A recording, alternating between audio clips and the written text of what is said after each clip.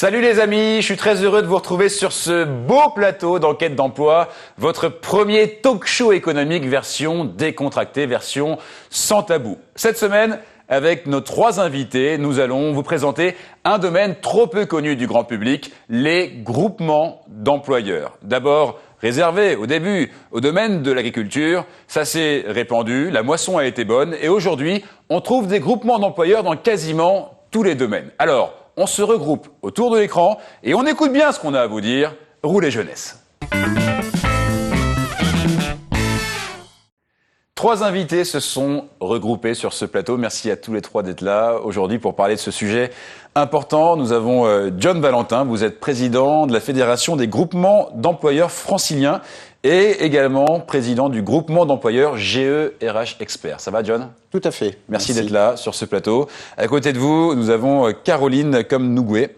Vous êtes dirigeante de Nova Conseil et vous adhérez également au groupement d'employeurs GE RH Expert. Absolument. Donc vous êtes là en tant que témoin aujourd'hui pour nous donner toute votre vérité sur ce sujet. Et puis autre témoin aujourd'hui, notre jeune témoin, 25 ans, c'est Karine Bita qui est avec nous. Bienvenue Karine. Merci. Ça va ? Oui, ça va. Alors, c'est votre première émission de télé ? Oui. Bon, vous allez voir, ça va bien se passer. On va essayer d'être sympa aujourd'hui avec vous et ça va être super. Vous êtes salarié de John, donc vous êtes salarié de GE RH Expert, qui est un groupement d'employeurs, et vous êtes mise à disposition dans deux hôtels en tant que réceptionniste. Vous nous expliquerez comment ça se vit au quotidien. Voilà. Et alors, première vraie question très importante au début de cette émission. Elle est simple. John, je me tourne vers vous. C'est nouveau, hein, ça s'est formalisé en 1985. C'était d'abord réservé au domaine de l'agriculture. Qu'est-ce qu'un groupement d'employeurs ? Alors un groupement d'employeurs, c'est un ensemble d'employeurs qui se sont regroupés donc sous une forme associative ou coopérative. Il y a beaucoup plus d'associations que de coopératives. Et ils mettent, l'objet social exclusif, c'est se mettre à disposition du personnel à temps partagé. D'accord. Voilà. Donc concrètement, ça veut dire, quand je suis un salarié chez vous, quel est mon quotidien ? Alors le quotidien sera fait de mise à disposition. Alors si on parle de quotidien, c'est peut-être un peu trop réductif, mais dans la semaine, la personne pourra travailler, comme Karine, la personne pourra travailler pour un adhérent et un autre adhérent, et puis peut-être dans un mois encore un autre adhérent. Voilà. C'est le quotidien donc de nos salariés. Donc la personne est employée dans le groupement d'employeurs. Qui paye C'est le groupement d'employeurs. Alors c'est le groupement d'employeurs qui fait le contrat de travail, qui va déclarer la personne, qui va s'occuper dans le cadre de la mise à disposition des entreprises adhérentes de faire ce qu'on appelle un contrat de mise à disposition. Donc la relation commerciale avec les entreprises, c'est le groupement d'employeurs. Et à la fin de chaque mois, comme le cas de Karine, c'est nous qui payons Karine et qui allons payer les charges sociales. D'accord, donc même si Karine travaille dans une autre entreprise, c'est vous qui payez Karine ? Tout à fait. D'accord, ok. Et alors, la question, elle est simple. Est-ce que vous gagnez de l'argent avec ça ? Est-ce que c'est un business ? Vous avez dit c'est une assoce. Alors, comme c'est une association de loi 1901, c'est à but non lucratif. C'est une gestion dite désintéressée pour les dirigeants. Pour les entreprises adhérentes, on ne gagne pas de l'argent pour les reverser, comme dans une société capitalistique, on ne reverse pas. On peut faire des excédents, ce qui est permis par la loi de 1901, et les excédents peuvent servir à renforcer les fonds propres, ou ce qu'on a fait pendant une année, quand on avait eu pas mal d'excédents, on a donné des primes annuelles à nos salariés, voire on a réduit un petit peu nos cotisations pour nos entreprises adhérentes. D'accord. Voilà. Et alors, quel est l'intérêt de faire appel à vous pour une entreprise adhérente ? Vous adhérez, il me semble, Caroline. Quel est l'intérêt que vous avez à adhérer à ce groupement d'employeurs ? Je délègue complètement la phase de recrutement quand j'ai besoin de quelqu'un, que ce soit sur une courte durée ou sur une longue période. C'est le groupement qui se charge de me trouver les candidats qui peuvent convenir à la mission pour laquelle il faut que je pourvoie de compétences. Donc vous gagnez du temps. Je gagne du temps. Ensuite, je délègue aussi, j'externalise complètement le risque social que je ne connais trop bien. C'est l'employé de GE RH Expert qui vient travailler chez moi. Donc, en cas de litige, c'est GE RH Expert qui gérera ce litige. Je ne fais qu'accueillir une compétence, en fait, et utiliser la compétence qu'on me met à disposition, justement. Est-ce qu'on peut dire que vous avez finalement tous les avantages d'un salarié sans les inconvénients ? Ça vous choque si je dis ça ? Non, ça ne me choque pas. C'est exactement le but du jeu. Alors c'est un service qui se paye bien évidemment, Ouais. mais c'est effectivement le but du jeu. C'est de gagner du temps, d'éviter d'avoir des litiges ou des risques à gérer pour pouvoir se concentrer sur l'activité. Et alors, qui adhère? Est-ce que ce sont des petites entreprises, des grandes entreprises? J'imagine que c'est plus des petites entreprises. Vous-même, vous avez combien de salariés? Ah, nous, on est moins de 5 permanents sur D'accord, Nova donc Conseil. moins 5 permanents, Oui, et de tout à temps en fait. temps, vous avez besoin de plus de personnes. Voilà. Et donc là, vous faites appel à GE RH Expert, c'est ça, hein? Exactement. Qui adhère, John? Ce sont quel type d'entreprise? Alors en général, ce sont des TPE, des PME. Donc Voilà. TPE, PME, qu'on se dise bien. Très petites entreprises, petites et moyennes entreprises. Ça va jusqu'à combien de salariés, ça? Alors nous, en moyenne, donc on avait fait des statistiques, c'est une moyenne de 20 salariés. Quand même. Ouais. Donc on est assez élevé au niveau de notre moyenne, mais la plus petite entité, je pense qu'elle doit faire moins de 10, voire même moins de 5. Mais par contre, on a des entités qui peuvent aller au-delà de 100. D'accord. Voilà. Combien il y a de groupements d'employeurs en France? Alors on en dénombre, je crois, près de 5000 en tout. 5000, donc on est d'accord. Dans tous les domaines, quels sont les domaines concernés? Alors c'est dans tous les domaines, ça touche donc à l'origine, vous l'avez bien précisé, le monde de l'agriculture, mais Ouais. le secteur secondaire, donc l'industrie, et le Ouais. secteur tertiaire qui a le vent en poupe pour les groupements d'employeurs. Et est-ce que c'est que de la main-d'œuvre pratique, comme on pourrait imaginer un agriculteur, ou est-ce qu'il y a aussi des fonctions managériales qui sont concernées? Tout à fait. Justement, dans le secteur tertiaire, on a ce qu'on appelle les fonctions support. Ouais. Donc on a des cas, parmi donc les groupements d'employeurs adhérents à la fédération, on a donc des cadres partagés, donc des DRH, des DAF, directeurs administratifs et financiers. Ouais. Ok. GE RH Expert, vous êtes dans quel domaine, vous, précisément? Alors on est plutôt dans le secteur du tourisme, de l'hôtellerie, de la restauration. D'accord, très bien. Eh bien, on l'a compris, plein de domaines concernés. Regardez ce sujet, ça vous donne tout ce qu'on vient de se dire, mais en images.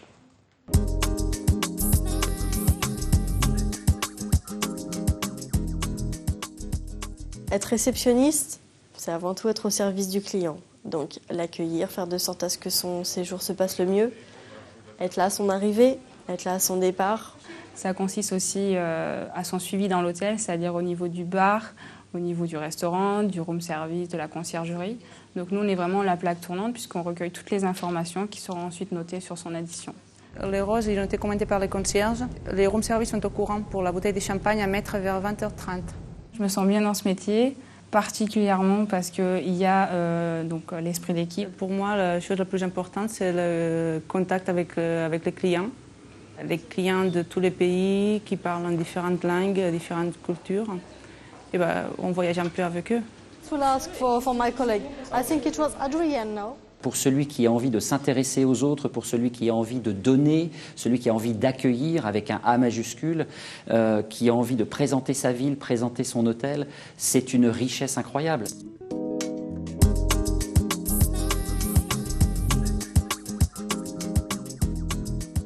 Les difficultés du métier, c'est avant tout les clients intransigeants. Quand un client arrive et qu'il y a une erreur sur son addition ou bien sûr qu'il n'est pas content de sa chambre, bien sûr que là, oui, c'est vrai que ces jours-là, on n'est pas heureux, on n'est pas content.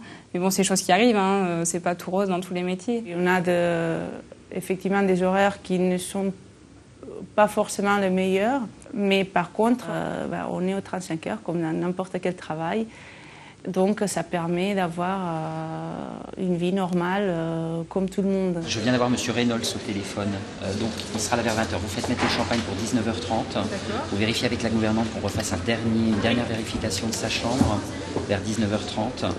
Tout sera mis en place, vous me prévenez à l'arrivée.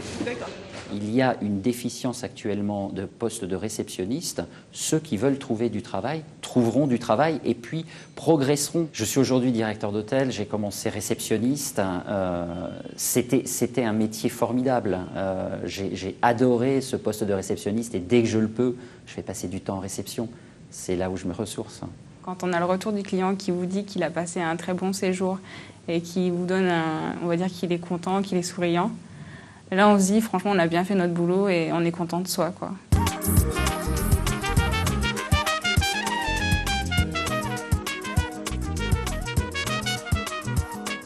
On l'a vu dans ce sujet, le métier de réceptionniste, c'est aussi votre métier, Karine, puisqu'on l'a dit, donc vous êtes salarié chez John, et étant salarié chez John, vous êtes envoyé dans 2 établissements différents, 2 hôtels différents, c'est ça? où vous êtes réceptionniste. Tout à fait. Donc ça se traduit comment? Concrètement, vous passez combien de jours dans quel hôtel? Alors, j'ai des jours fixes sur un hôtel, les samedis et dimanches. D'accord. Et sur l'autre, les jours de la semaine, 3 jours. D'accord. Oui. Et ça fait combien de temps que vous faites ça? Ça fait 6 mois. Comment vous êtes arrivé à devenir salarié comme ça chez GE RH Expert? Quel était votre parcours? Alors, ça fait presque 3 ans et demi que je suis en France. Ouais. Donc, j'ai fait Donc vous êtes une italienne formation. à la base, hein? Oui, je suis italienne. Ok. Oui. J'ai fait une formation en tant que réceptionniste. En Italie? Non, ici en France, quand je suis arrivée en France. Ok. Et j'ai eu mon diplôme. Après, à partir de là, en 2012, j'ai commencé à chercher du travail. Ça a été un peu compliqué. Ça a été compliqué de chercher du travail? Oui. Pourquoi? Parce que comme j'avais pas assez d'expérience, même si j'avais fait c'est en alternance, mais j'avais pas assez d'expérience. Donc à chaque fois, j'étais rejetée sur ça. Même si mon CV il était bien, mais il voulait toujours plus d'expérience. Ouais. Donc ça a été un peu dur. J'ai réussi à trouver du travail, mais ça n'a pas duré. C'était toujours de petits contrats. Ouais, d'accord. Donc, c'est après, j'étais sur un groupe de Facebook, hôtelier-restaurant, et c'est là que j'ai contacté Monsieur John. Okay. Et c'est là qu'on a eu un rendez-vous. Après. Il vous a embauché? John, qu'est-ce qui vous a séduit dans le profil de Karine? Alors, ce n'est pas moi qui ai fait le recrutement. C'est pas vous qui avez fait le recrutement. Mais... Alors, j'ai une équipe administrative qui s'occupe du recrutement. Donc, il y a une phase, évidemment, de recherche pour nous. Nous avons du sourcing, c'est-à-dire que nous trouvons des sources, notamment à travers le Pôle emploi, le canal habituel. Et on a mis en place de manière bien intensive depuis 1 an, effectivement, un community manager qui anime tout cela et qui recherche dans cette voie-là. D'accord, donc vous allez sur les réseaux sociaux, etc. Vous allez chercher surtout les nouveaux canaux de communication. Tout à fait. Et ça marche. Bon, c'est le cas de Karine. Mais ça permet de créer une visibilité et de donner des informations, même sur les réseaux sociaux. On annonce nos offres d'emploi. On a des bons retours. C'est intéressant. On peut être dans jusqu'à combien d'entreprises à la fois? C'est-à-dire quand on est salarié chez vous, par exemple Karine, elle est dans 2 hôtels à la fois, est-ce qu'elle peut être jusqu'à 10 hôtels à la fois, 15 hôtels à la fois, ou est-ce qu'il y a une limite? Il n'y a pas de limite, mais évidemment la limite elle est dite humaine parce que la personne, ce qui est très difficile pour le cas de Karine, pour les salariés mis à disposition, c'est qu'ils ont plusieurs personnes, plusieurs entreprises. Et ça, effectivement, intellectuellement et psychologiquement, ça peut être difficile. Et des fois, ils peuvent avoir tendance à nous oublier qui est le réel employeur. Oui, bien sûr. Et ça, Parce qu'on appartient à qui? Parce que vous appartenez à qui, Karine? Vous vous sentez de quelle entreprise? Bonne question. Je ne saurais pas... Un peu des trois? Ah oui. Oui, je peux dire oui. Ouais, donc il y a quand même cette question d'appartenance. Est-ce que vous, quand vous faites appel donc à GE RH Expert, est-ce que les salariés qui sont mis à votre disposition, est-ce que vous les sentez intégrés dans votre entreprise? Oui. Et d'ailleurs, souvent... il y a une phase quand même d'adaptation, forcément. Oui, mais comme n'importe quel salarié, si c'était un recrutement direct, il y aurait aussi cette phase d'adaptation. Donc vraiment, pour le coup, la différence n'existe pas. En revanche, c'est vrai qu'on est souvent obligé de leur rappeler que c'est pas nous l'employeur. Qu'il faut qu'ils aillent vers GE RH Expert si jamais ils ont des questions sur leur congé, sur tout un tas de types d'organisations, même si on parle particulièrement des congés, la prise de congé est bien évidemment faite en lien avec l'adhérent. Pour une organisation simple du travail, mais effectivement, c'est pas à nous de répondre à ces questions. Et c'est gênant? Ça peut être gênant, ça, Karine? Non. Comment est-ce que vous avez parfois des problèmes? Est-ce que vous vous trompez d'hôtel? Un matin, vous allez dans un hôtel, vous deviez aller dans l'autre. Comment on gère sa vie? Comment on swing d'un établissement à l'autre? Comme j'ai un planning, donc on vous fait un planning? Oui, j'ai un planning, oui. Donc je me suis jamais trompée, donc oui, ça va. Et pourquoi est-ce que vous avez choisi cette solution? Quels sont les avantages pour vous? Parce que comme ça, en plus, je suis à plusieurs hôtels. Ça me donne un peu plus d'expérience. Je vois comment chaque hôtel travaille. Et là, comme je suis dans les groupes accords, donc les logiciels, c'est le même. Des fois, si je peux avoir un souci que je ne sais pas encore, notre hôtel peut me montrer après que je ne pourrais pas faire le même erreur sur l'autre hôtel. Donc c'est ça, John, on peut dire qu'un des gros avantages pour le salarié chez vous, c'est cette capitalisation de l'expérience. Tout à fait, c'est ce qu'on peut appeler un portefeuille d'expérience, Ouais. et il n'a qu'un seul employeur. La problématique aujourd'hui des employeurs, c'est de trouver du personnel et de le fidéliser. Mais un salarié qui, alors dans le jargon de l'hôtellerie et de la restauration, fait beaucoup d'extras, Ouais. on va le voir comme quelqu'un de infidèle. C'est peut-être pas de sa faute, c'est le marché qui est ainsi. Mais le fait de venir chez nous, tout d'un coup, il a un CDI avec nous. Donc, il pourra faire une expérience de 9 mois, 18 mois, etc. Et il aura une multiplicité d'expériences. Ouais. Alors que si il était de son côté, ça montrerait quelqu'un qui est peut-être instable. Et effectivement, il y aurait des hésitations à son égard. Est-ce que vous avez des anecdotes rigolotes, justement, d'employés qui se sont trompés d'entreprise? Alors, c'est arrivé, effectivement, quand vous parliez tout à l'heure de la limite, on s'est aperçu qu'un salarié avait été mis à disposition jusqu'à 10 employeurs. En même temps? Alors, Donc il avait 10 patrons plus vous, 11 patrons? Voilà. Alors, C'est terrible ça. On peut pas dormir de la nuit. Quand on a 11 patrons, déjà un patron pour dormir la nuit, c'est compliqué. 11? Alors, il y a eu des problématiques pour lui parce qu'il était très demandé. C'était un agent de maintenance. Et évidemment, on l'appelait en urgence, alors qu'il avait un planning, tout comme Karine. Ouais. Des fois, il était appelé en urgence. Alors, il oubliait tout d'un coup son planning. Et évidemment, là où il était prévu, on l'appelait, mais il était ailleurs. Et évidemment, tout ça nous revenait par la suite. Donc, il a fallu un petit peu calmer tout cela et on a réduit à 6 employeurs. C'était beaucoup plus raisonnable. Il y a quand même une limite. Caroline, j'ai une question à vous poser qui me taraude. Est-ce que, au bout d'un moment, quand on apprécie le salarié, il est là, il est chez vous, est-ce qu'on est content de le partager? On a envie de le garder pour soi, son salarié, non?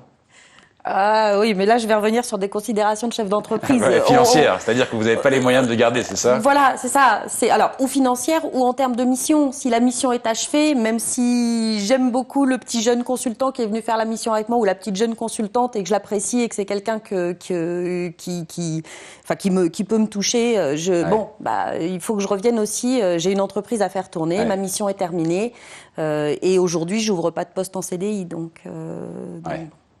Mais en revanche, il est resté tout le temps de la mission. Si j'avais pris un CDD de, disons, 8 mois pour une mission, qu'au bout de 3 mois, ce consultant ou cette consultante trouve un CDI ailleurs, elle s'en va.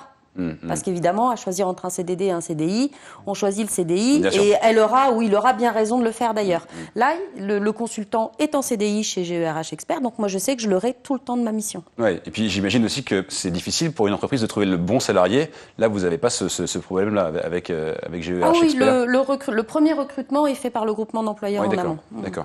C'est quoi votre avenir, Karine? Est-ce que vous voyez rester dans ce genre de groupement d'employeurs ou est-ce que vous voulez à tout prix retourner dans une entreprise fixe avec un seul patron? Ça vous plaît d'avoir plein de patrons? Pour le moment, là, oui, ça me va comme ça. Pour le moment, oui. Je pense pas, peut-être après, mais pour le moment, j'aime bien travailler un peu. Je suis un peu ici, un peu par là. Et vous aimeriez avoir d'autres hôtels? Là, vous êtes dans 2 hôtels. Est-ce que vous pourriez jusqu'à 3? Parce que là, 2 fois, je fais 3 parce qu'il y a un employeur qui ont 2 hôtels. Donc, 2 fois, s'il y a quelqu'un, il n'est pas dans l'autre, donc... vous switchez? Oui. D'accord. Il y en a une ici qui n'a qu'un seul patron, et c'est pour cause, c'est Lorraine qui va nous faire donc son enquête d'info. On l'accueille. Voilà, elle a regroupé toutes ses connaissances sur le sujet et elle est venue avec un concept, une notion clé, c'est la flexi-sécurité. Qu'est-ce que c'est, Lorraine? Tout à fait, c'est allier la flexibilité pour l'entrepreneur et la sécurité de l'emploi pour le salarié, en quelque sorte. La sécurité de l'emploi, ça je voudrais qu'on s'y arrête 2 minutes, John, parce qu'on n'en a pas parlé. C'est très important, c'est une des grandes qualités du secteur pour l'employé, pour vous. C'est concrètement d'assurer la continuité. Si demain votre contrat dans l'hôtel s'arrête, ça continue derrière, vous allez lui trouver un autre travail? Oui, puisque nous sommes l'employeur. Ça veut dire que dans le cas de Karine, si un des 2 hôtels devait réduire son activité à son égard, ou même arrêter le contrat de mise à disposition, c'est notre responsabilité de placer donc Karine pour son temps de travail, donc au complet, ailleurs.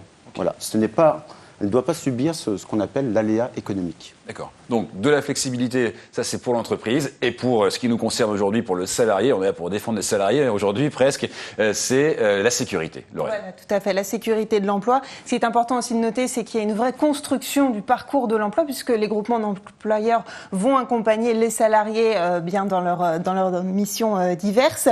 Alors, contrairement aux idées reçues, il y a aussi des postes qui sont proposés sous le statut de cadre. Ça représente à peu près 40% des embauches. Alors, ils vont être embauchés sur des fonctions support, comme les ressources humaines, le commercial, la communication, ou sur des thématiques un petit peu plus ciblées. Là, on peut parler des sujets qualité, méthode, hygiène, sécurité, environnement. Donc, c'est assez large, puisqu'il y a une multitude de groupements d'employeurs, environ 5000 en France, dans des domaines divers et variés. Donc, c'est pas que l'agriculture, à peu près la moitié c'est l'agriculture et le reste ce sont donc des domaines variés. Est-ce que vous avez des exemples justement d'offres d'emploi qui sont proposées? Alors, dans le secteur de l'hôtellerie et de la restauration, on va retrouver des postes par exemple en cuisine. Ça peut aller du plongeur jusqu'au chef de cuisine. Et c'est ça. Donc là, il faut savoir chanter comme une casserole ou ça n'a rien à voir? Non, c'est pas la peine. Et puis ça nous fera du bien aux oreilles aussi. Oui, d'accord. J'ai dit n'importe quoi. Continue. Voilà. Et puis dans le secteur de l'hôtellerie, on peut avoir des postes de réceptionniste, de personnel des tâches, de gouvernante. Enfin voilà, ça dépend vraiment des besoins de l'hôtel. Et puis voilà, c'est des postes qu'on peut retrouver dans plusieurs hôtels différents. Karine, une question, quand vous avez vu l'offre d'annonce donc postée par GE RH Expert, qu'est-ce que vous vous êtes dit? C'est bizarre ce truc. Est-ce que vous connaissiez ça avant ou ce système ou pas du tout? Non, pas du tout. Je connaissais pas avant, mais comme j'étais vraiment dans les besoins aussi, je me suis dit on va essayer et voir comment ça va se passer. Et jusqu'à là, tout va bien. Bon, jusque-là, tout va bien, ça c'est une bonne chose. Jusque-là, tout va bien pour vous aussi, Lorraine? Très bien, Autre chose? Alors, autre chose, il faut savoir que travailler dans un groupement d'employeurs, on a les mêmes droits qu'un employé lambda, si je puis dire. On a des droits à la formation. Par exemple, vous parliez tout à l'heure d'un logiciel. Voilà, si vous avez la possibilité d'avoir une formation dans votre hôtel, eh bien, elle peut vous servir dans d'autres hôtels. Alors, qui fait la formation dans ce cas-là, John? Est-ce que c'est vous, c'est le groupement d'employeurs ou est-ce que c'est l'entreprise? Alors, cela dépend des cas. Quelquefois, les employeurs adhérents peuvent faire la formation sur le terrain, si je peux dire ainsi. Et quelquefois, puisque nous avons un budget formation, puisque nous cotisons, c'est nous qui faisons la formation à l'égard de nos salariés. D'accord. Donc, les mêmes droits. Les mêmes droits et puis les mêmes évolutions de carrière possibles. Et si un salarié souhaite évoluer, qu'il en a l'opportunité, que l'ensemble de ses patrons sont d'accord, eh bien, il peut avoir des évolutions de poste et de carrière au sein du groupement d'employeurs. Pour résumer, Lorraine, les 3 points. Alors, eh bien, 40% de postes sont proposés en statut de cadre. Il existe environ 5000 groupements d'employeurs en France et on compte à peu près 20 000 salariés uniquement dans les groupements d'employeurs hors secteur agricole. Merci beaucoup, Lorraine. On retrouve toutes ces informations sur le Facebook, le Twitter de l'émission. Avant de se quitter, il y a une question qui est quand même super importante, excusez-moi de la poser, c'est la question de l'argent. Est-ce qu'on gagne aussi bien sa vie quand on est employé dans un groupement d'employeurs que dans une entreprise plus classique? Tout à fait, on gagne aussi bien sa vie puisque nous sommes soumis à une convention collective. Et si le salarié est mis à disposition dans une entreprise qui bénéficie d'avantages supérieurs à ce que nous pouvons octroyer, il en bénéficie aussi. D'accord, ça c'est plutôt une bonne nouvelle. Caroline, avant de se quitter, est-ce que vous pourriez exister aujourd'hui sans un groupement d'employeurs? Exister, oui. Avoir le développement que j'ai, non, parce que je ne pourrais pas répondre, que ce soit en termes de ressources, en termes de temps ou en termes de compétences, à toutes les opportunités auxquelles je peux répondre aujourd'hui grâce au groupement. Merci beaucoup d'être venue, Caroline. John, un dernier conseil peut-être pour les jeunes qui nous regardent? Alors, un conseil, puisque tous les jeunes connaissent bien évidemment Internet, les réseaux sociaux, les moteurs de recherche, je ne vais pas en citer, mais qu'ils fassent l'expérience de taper groupement d'employeurs et qu'ils testent, qu'ils regardent et qu'ils en rencontrent. D'accord. Karine, un dernier mot, un conseil? Juste démontrer qu'on est dynamique, on veut vraiment faire notre métier et qu'on est fait pour ça. Donc on montre qu'on est motivé, on est là, on est présent. Parce que quand on est jeune, les patrons ils passent vraiment qu'on n'est pas sérieux sur le métier, donc il faut vraiment juste être dynamique. Bien. Merci beaucoup à tous les 3 d'être venus aujourd'hui pour nous présenter ce beau secteur. On se quitte avec la citation de la semaine. Le fardeau supporté en groupe est une plume. C'est un proverbe mort. Et ça veut dire en gros, l'union fait la force. Alors regroupez-vous et à très vite. Ciao.